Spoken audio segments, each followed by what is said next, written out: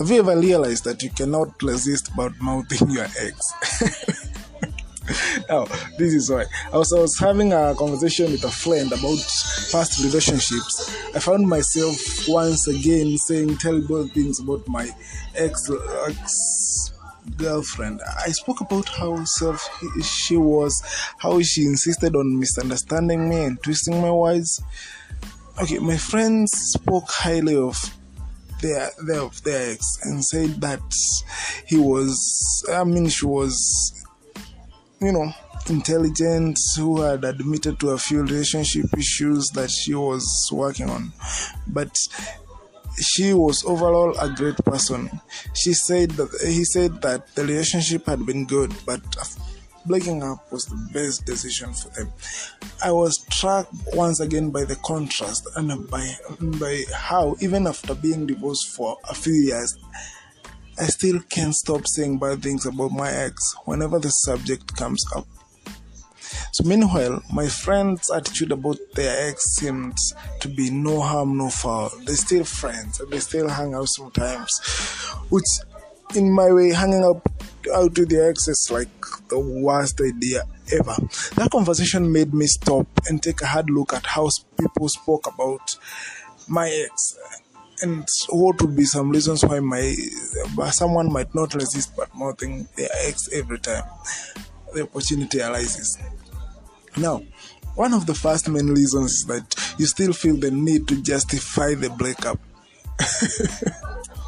Breakups put you in the most uncomfortable positions, having to admit to the world that you're backing up on vows or love made in front of thousands of friends and families, and you've spent months and years representing yourself as a unit. So many, like, posting beautiful pictures of you and your love in your life and social media and everything. Now you have to admit it's over. Even if you're not a divorcee but a breakup, it can be painfully embarrassing. People want to know why you broke up. Even if they don't ask, they are burning with curiosity. And when you sing bad things about your ex, both satisfies that curiosity and makes you sound reasonable for backing up on that relationship that seemed so solid. Saying it was a good relationship, but we not just right for each other. It's not really just as satisfying. Like when you just tell somebody it was a good relationship, but we were not just good for each other. It doesn't sound really satisfying. And painting and not really as satisfying as painting your ex in a bad light, and showing your ex in a bad light is a bit more satisfying than the whole idea of just saying that you are right for each other. I know you get me. Now the message that was left behind was a bad situation and not true love. Now the other reason why you badmouth your ex is that you want people to take your side. Walking out of a good relationship doesn't garner as much sympathy as escaping a bad one. So put emphasis on the bad parts of the relationship and hide the good ones. Unless there's been abuse, no relationship is all good or all bad after a breakup. All bad, but after a breakup, thinking about the good side might hurt even more than thinking about the bad. You don't want to be the one who walked away from a good relationship. You want sympathy. You want to be the poor you. You are better off without him. You must be crazy to let a guy like you go or a guy like you go. You want all the sympathy points because they make you feel better about yourself. Sympathy is uncomfortable. It warms you from the head to toe like a hot shower. Okay, sympathy is comfortable, so it makes you feel like you're the better person, like, I know you all get me, but that comfort is not fleeting. It's an illusion. It only exists in the brief moment you make someone feel sorry for you, and once it's gone, the only way you can feel for it is you feel sorry for yourself. Now, these are the you haven't forgiven your ex. This is another reason why you you just feel the urge to badmouth your ex. Your ex caused you pain also, but you haven't found a way to forgive him or let it go or find closure. Forgiving can be tough, and it's highly a personal affair. Everyone goes through their own process of finding peace through forgiveness. The path isn't always straightforward. If it has been years, however, you haven't found a way to forgive and move on, it's time to pay attention to what you need to learn and steps you need to take so that you can finally let that go.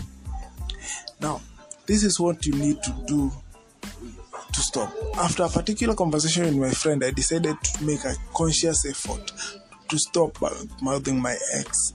I don't want to sound like a broken record repeating the same litany of complaints about him, about her and her character.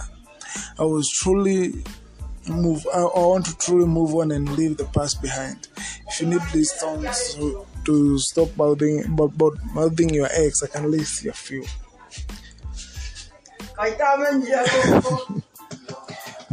Well, it makes you sound bitter.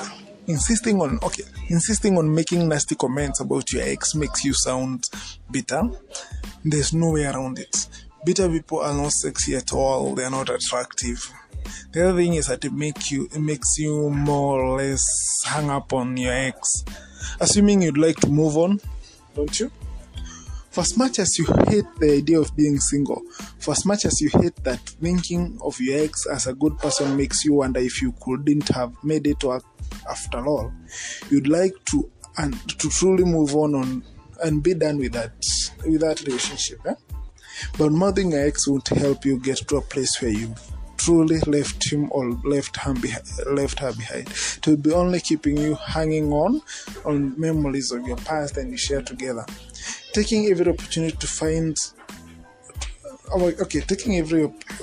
you find to offer allow the release of your excesses.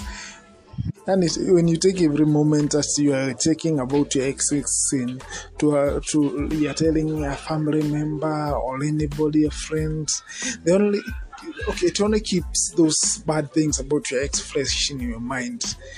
And you'd love to have maybe a fresh start in your heart, have better memories, keep better memories, and keeping bad mouthing your ex will only keep bad memories. Now, what should you do instead of instead of saying he was bad, you can say we had a good run, but it's over now, and you change the subject. Well, there's nothing wrong with confiding or venting to a friend. There's a point where you have to stop.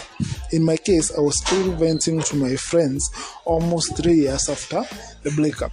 It was becoming embarrassing and making me feel like a broken record. That was when I decided I would stop. Now, if you need to talk to someone that is not your friends, feel the urge to talk about your ex much means you still have many unresolved issues over the specific relationships, and those should be addressed, not buried. If you need to talk, inbox King Kariuki on Facebook, Instagram, or Twitter.